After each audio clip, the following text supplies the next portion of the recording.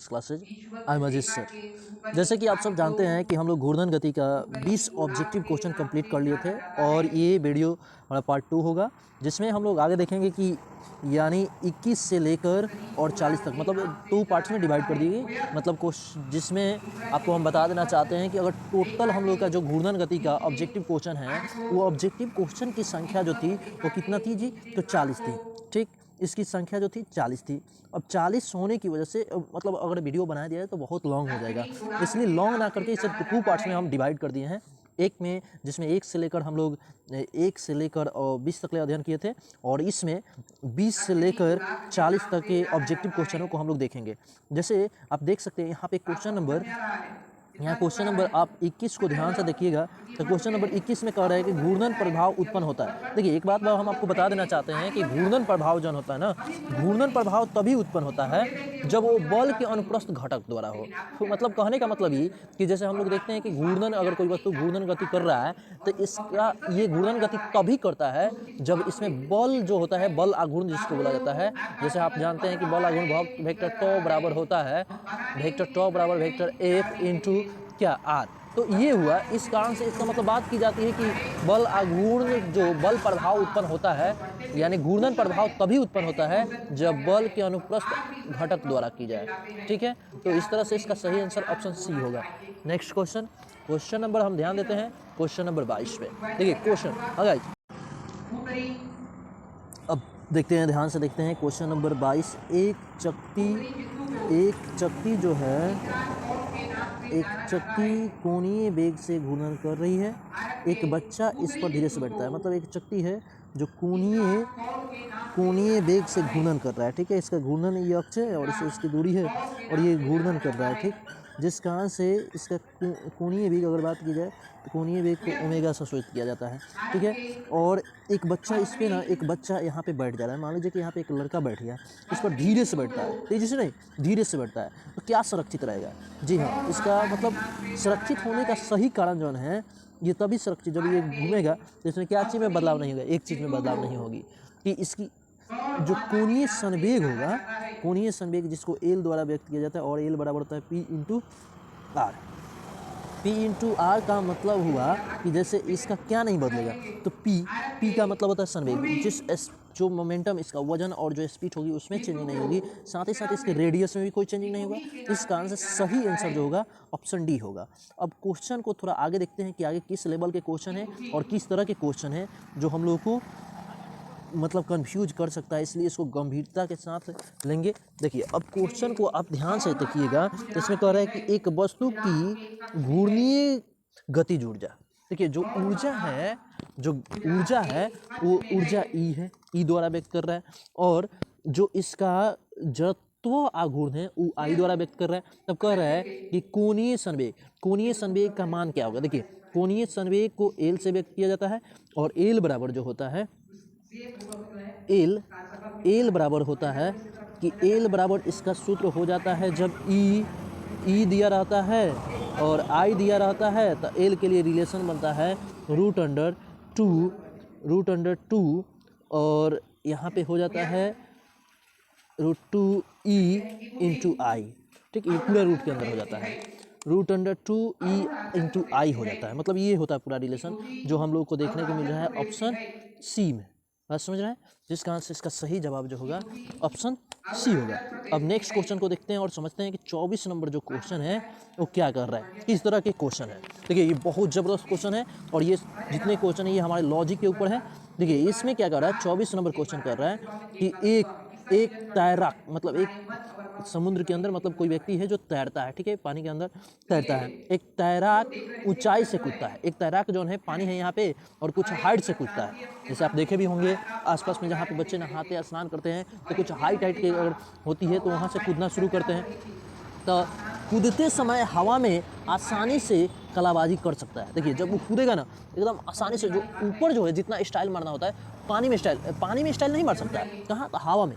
यदि वह अपने हाथ की भुजा को, देखिए जितना हाथ है, अगर हाथ की भुजा को अगर हाथ को फैला देगा तो उतना नहीं कर पाएगा। यदि उसकी अपने हाथ को अपनी ओर सिकुड़ाने का प्रयास करे, बात समझने का प्रयास कीजिए, अगर वो अपने हाथ पैरों के भीतर की ओर मुड़ दे अपने हाथ और पैरों को भीतर की ओर मोड़ देता है, जिस कारण से वो जितना कला होगा, मतलब जितना उसके पास आर्ट होगा, जितना एक्टिंग कर सकता है ऊपर, ठीक, मतलब जितना भी उस कर सकता है, मूवमेंट ला सकता है अपने बॉडी में, तो कब, जब अपने हाथ और पैरों को भीतर की ओर मोड़ ले तभी वो कर सकता है। ये देखिए ऑप्शन ए में कर रहा है अपने हाथ और पैरों को भीतर की ओर मोड़ ले, ऑप्शन बी कर रहा है कि अपने हाथ पैरों को फैला दे। अगर फैलाएगा तो कहाँ से हो पाएगा जी, बॉडी मूवमेंट नहीं कर पाएगी।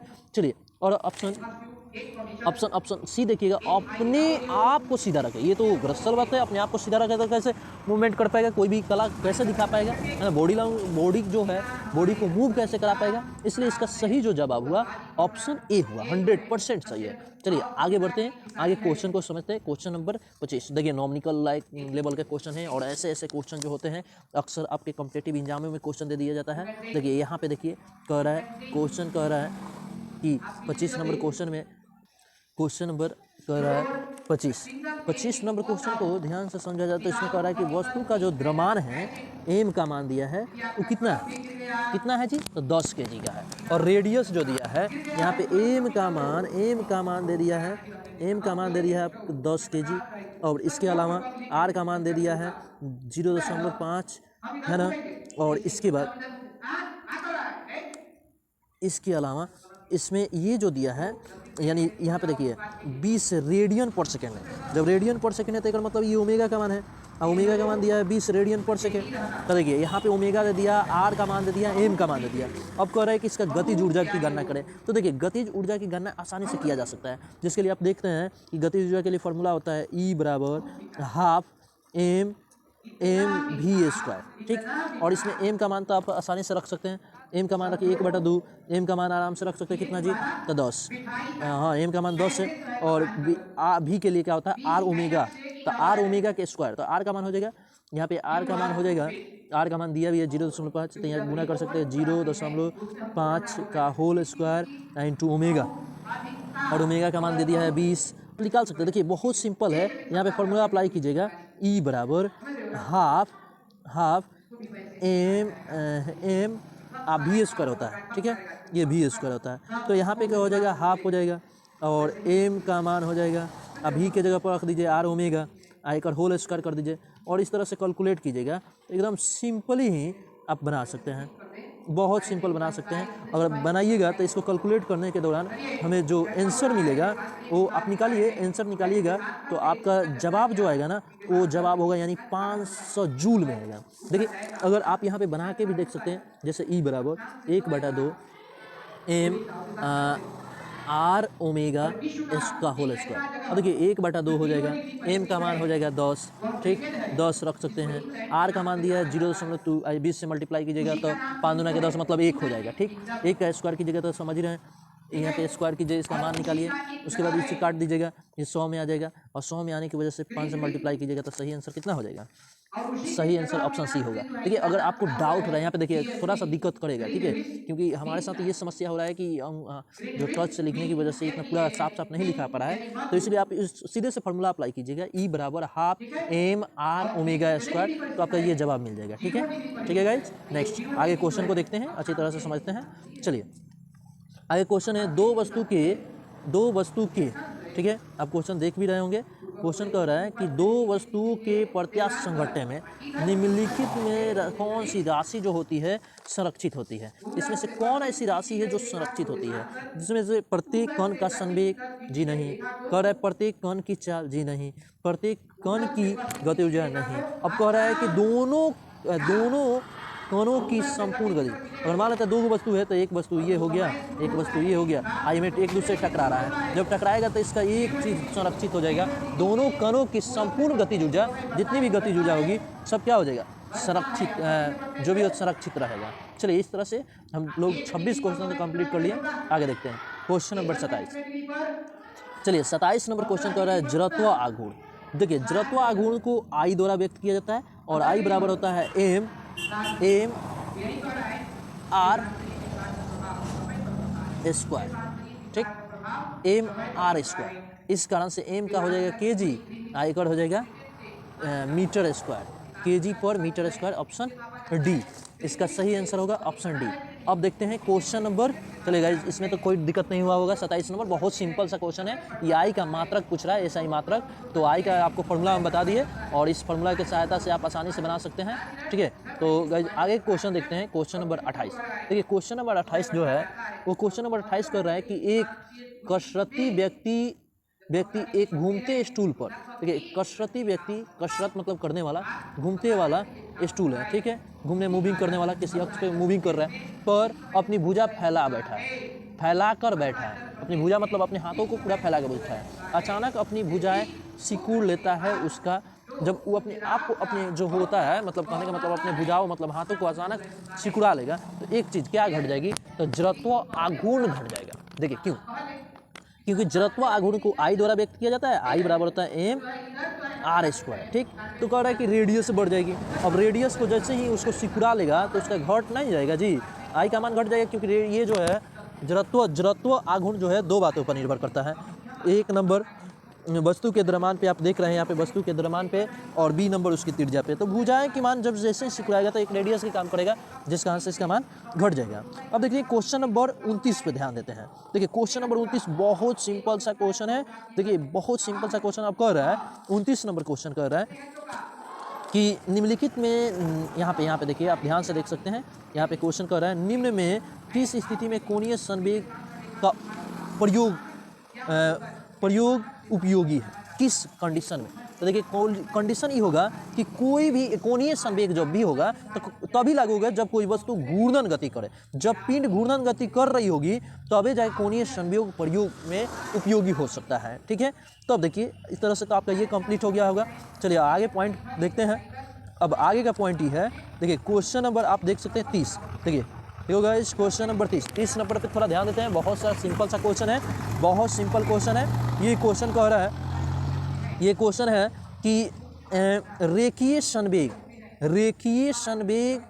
है, अगर कोई रेखीय संवेग है, ठीक है, रेखीय संवेग मान लेते हैं कोई वस्तु एकदम सीधी सड़क पे कर रही है तो वहाँ पे संवेग का कंपैरिजन किया जाता है। उसी तरह से अगर कोई वस्तु घूर्णन गति कर रहा होगा तो उसका जो संवेग होगा उसे किससे द्वारा व्यक्त किया जाता है, तो उसे व्यक्त किया जाता है किसके द्वारा, तो हाँ कोणीय संवेग द्वारा, जिसका आंसर इसका सही आंसर क्या होगा जी, ऑप्शन डी।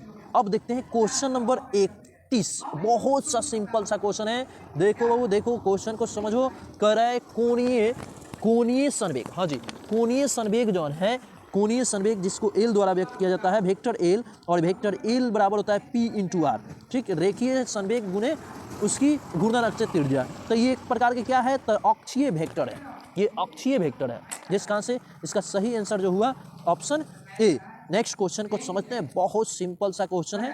क्वेश्चन नंबर ये है 32।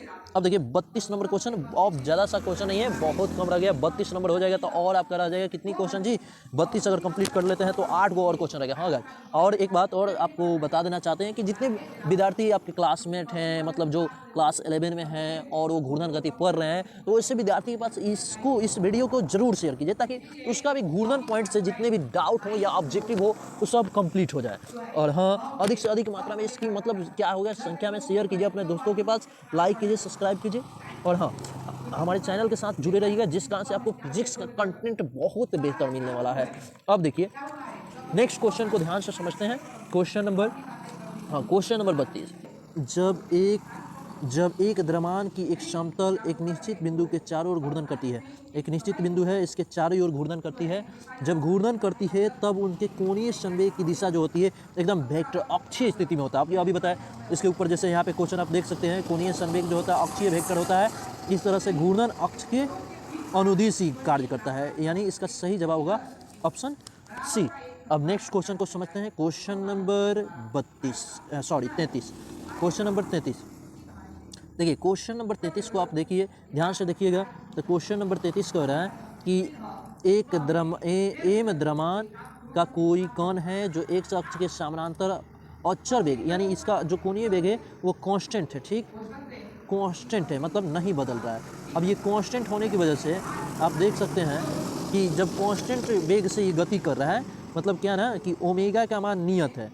अब जब नियत वेग से गति कर रहा है तो मूल बिंदु के सापेक्ष इसका कोणीय संवेग जो होगा मूल मूल बिंदु के सापेक्ष इसका कोणीय संवेग। कह रहा है कि एम द्रव्यमान के कोई कण एक्स अक्ष के समानांतर, एक्स अक्ष है ऐसे, एक्स अक्ष, ये एक्स अक्ष हो गया, ये वाई अक्ष हो गया, और एक्स अक्ष के अनुदिश कोई समानांतर वेग जो है कांस्टेंट है, तो जिस कारण से कोणीय संवेग भी नियत रहेगी। आपको पता है कोणीय संवेग एल बराबर होता है पी आर होता है, पी आर होता है, तो जिस कारण से इसका जो होगा वेग जो होगा नहीं बदलेगा। ठीक है, तो इस तरह से इसका सही जवाब जो हुआ ऑप्शन बी।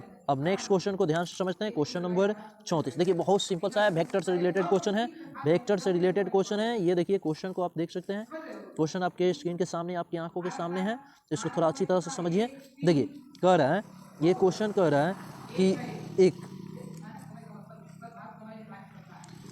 34 नंबर क्वेश्चन कि ओमेगा का मान दे दिया है, ओमेगा का मान दिया हुआ है, ठीक है, और साथ ही साथ आर का मान दिया हुआ है। अब कह रहा है कि ऐसा कंडीशन है तो रेखीय वेग का मान क्या होगा। तो रेखीय वेग बहुत सिंपल है, v बराबर निकालना है, v का मान निकालना है, v बराबर होता है आर ओमेगा। अब क्या कीजिए, दोनों को मल्टीप्लाई कर दीजिए, दोनों को मल्टीप्लाई कीजिएगा तो रिजल्ट ही आएगा इसका। गाइस इसका रिजल्ट जो होगा ना वो ऑप्शन डी होगा। आप निकालिए, कोई दिक्कत नहीं, आराम से बना सकते हैं। वेक्टर चैप्टर पढ़े होंगे, क्योंकि बिना वेक्टर चैप्टर पढ़े हुए आप यहाँ तक नहीं आ सकते हैं, क्योंकि वेक्टर अलजेब्रा को कंप्लीट करने के बाद ही हम लोग रोटेशन मोशन को कंप्लीट करने जा रहे हैं। इस तरह से आप बनाइएगा तो आसानी से बन जाएगा। ठीक है, तो गाइस आगे बढ़ते हैं, आगे क्वेश्चन को ध्यान से समझते हैं। 35 नंबर क्वेश्चन बहुत सिंपल है। चलिए 35 नंबर क्वेश्चन देखिए। 35 नंबर क्वेश्चन जो है इस तरह से कह रहा है, कोणीय संवेग का मात्रक होता है, यानी वेक्टर एल का मान। हम आपको बताया अभी कि वेक्टर एल को पी इंटू आर द्वारा व्यक्त किया जाता है। लेकर होता है के जी मीटर पर सेकेंड होता है। आएगा और मीटर हो जाएगा, तो मीटर में मीटर से गुना मीटर स्क्वायर हो जाएगा, तो के जी मीटर स्क्वायर पर सेकेंड होगा। इसका सही जवाब होगा ऑप्शन बी। चलिए हम लोग तो यहाँ 35 तक कंप्लीट कर लिए। अब 36 नंबर क्वेश्चन को समझते हैं। बहुत आसान क्वेश्चन है, नॉमिकल क्वेश्चन है। देखिए थोड़ा सा दिमाग समझिए इसको। 36 नंबर क्वेश्चन देखिए, 36 नंबर क्वेश्चन जो बोल रहा है, कह रहा है कि दो वृत्तीय रिंग, एगो इधर है एगो इधर है जी, एक यहाँ पे है, जिसका द्रव्यमान के अनुपात दिया है m1 और m2 दे दिया है। चलिए अब कह रहा है कि इसका व्यास, तो रेडियस भी दिया है, रेडियस दिया है, तो d1 अपॉन d2 दे दिया है, तो इसका रेडियस r1 अपॉन r2 हो जाएगा, है ना, ये हो जाएगा। तो I का मान जो होता है एम आर स्क्वायर होगा, एम आर स्क्वायर, तो इस कारण से m1 m2 हो जाएगा, m1 हो जाएगा, यहाँ 1 1 होगा, यहाँ m2 हो जाएगा, यहाँ r2 हो जाएगा। अब इस तरह से क्या कीजिएगा कि जैसे m के मान हो गया, यहाँ पर रेशियो 1/2, इसका हो जाएगा यहाँ पे 2 का 4 हो जाएगा, 4 स्क्वायर हो जाएगा। अब 4 होने की वजह से ये कटेगा, तो यहाँ पे आएगा 2:1, यानी इसका सही जवाब होगा ऑप्शन बी। हाँ गाइस, अब हम लोग कंप्लीट कर लिए। 36 नंबर क्वेश्चन कंप्लीट हो गया। 37 नंबर क्वेश्चन जी, 37 नंबर क्वेश्चन कह रहा है कि जब किसी तंत्र पर लगने वाला बल आघूर्ण शून्य हो जाए। अब कह रहा है कि बल आघूर्ण ही शून्य हो गया, यानी वेक्टर टॉ का मान ही शून्य हो जा रहा है, तो इस कंडीशन में किसका मान शून्य होगा, यानी कौन सा ऐसा मान होगा जो संरक्षित रहेगा। तो एक बात याद रखिए, किसी कंडीशन में कुछ भी हो, लेकिन कोणीय संवेग हमेशा संरक्षित रहता है। कोई भी घटना घटे, घूर्णन गति के साथ कोई भी घटना घटित हो, ऐसे हम लोग कितने क्वेश्चन पढ़े, 2-3 क्वेश्चन अटेम्प्ट कर लिए, जिसमें आपको बात की जा रही है कि हमेशा कोणीय संवेग ही नियत रह रहा है। क्योंकि घूर्णन गति में नियत अगर कोई होगा तो वो होगा कोणीय संवेग, जिसको एल पी इंटू आर द्वारा व्यक्त किया जाता है, वेक्टर एल। अब चलिए क्वेश्चन नंबर 38 को देखते हैं। 38 नंबर क्वेश्चन, ये भी क्वेश्चन पहले बता दिया गया है, देख लीजिए। किसी वस्तु का जड़त्वाघूर्ण निर्भर नहीं करता है। आपको बताया गया था कि I बराबर होता है एम आर स्क्वायर। कई बार ये फॉर्मूला को लिखवाएं और बताएं आपको। तो यानी ये वस्तु के द्रव्यमान पर निर्भर करता है, घूर्णन अक्ष से दूरी पर निर्भर करता है, ठीक है, द्रव्यमान पे, घूर्णन अक्ष पर, घूर्णन अक्ष से दूरी पर। लेकिन क्या हो रहा है, वेग। अब बताइए ना, कोणीय वेग पर निर्भर थोड़ी ना करता है जी। कौन? जड़त्वा कोणीय वेग पर निर्भर नहीं करता। अब देखिए क्वेश्चन नंबर आपका ये 39।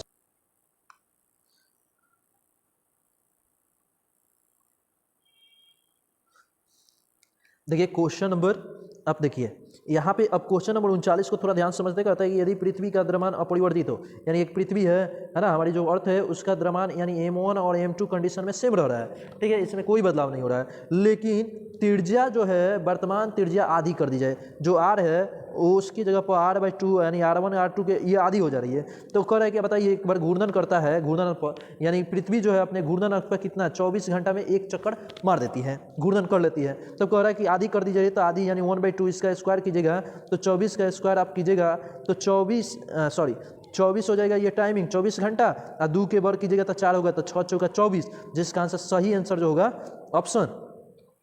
ऑप्शन बी होगा, सॉरी ऑप्शन ए होगा। तो ऑप्शन ए जो है इसका सही जवाब हुआ, यानी कितना 6 घंटा। कैसे निकला, तो इसकी 24 घंटा में एक घूर्णन ले लेता है, आप त्रिज्या आधी कर रहे हैं तो उसका रेडियस का स्क्वायर हो जाएगा, तो रेडियस का स्क्वायर यानी 4 हो जाएगा, 6 चौका 24 हो जाएगा, जिस कारण से जो होगा इसका सही आंसर ऑप्शन ए।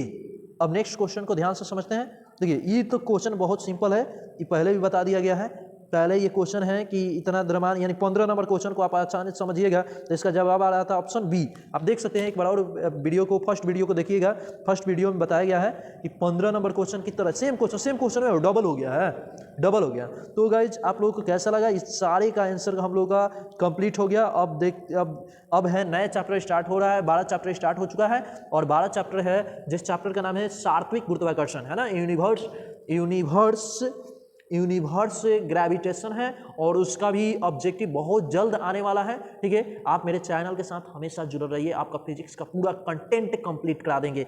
अब आपसे वादा है कि मेरा फिजिक्स का पूरा कंटेंट को आपको समझाए, जितने अगर किसी क्वेश्चन में आपको डाउट लगे, सर हमको ये समझ में नहीं आया, वो समझ में नहीं आया, तो उसका क्वेश्चन नंबर दीजिए और उसके बारे में बताइए कि आप क्या दिक्कत हो रहा है, कमेंट जरूर कीजिए। और हाँ, ये जितने भी 11 क्लास में अभी विद्यार्थी पढ़ रहे हैं, जो आपके दोस्त हैं या आसपास के जितने लोग हैं, इन लोगों को मतलब लोगों को शेयर कीजिए, और साथ ही साथ कमेंट्स बहुत ज़रूरी है, क्योंकि कमेंट से ही पता चलता है कि आपको ये वीडियो कैसा लगा। और हमारे चैनल के साथ हमेशा जुड़ने के लिए तो आप तो जानते हैं कि सब्सक्राइब करना ही पड़ेगा, नहीं सब्सक्राइब कीजिएगा तो कैसे काम चलेगा, इतनी मेहनत की जा रही है, बात समझ रहे हैं ना। तो गाइज जय हिंद, जय भारत, लगे रहिए और हमारे चैनल के साथ जुड़े रहिए। ठीक है गाइज, नेक्स्ट वीडियो के साथ मिलते हैं नए एनर्जी नए एफर्ट के साथ। चलो गाइज, जय हिंद।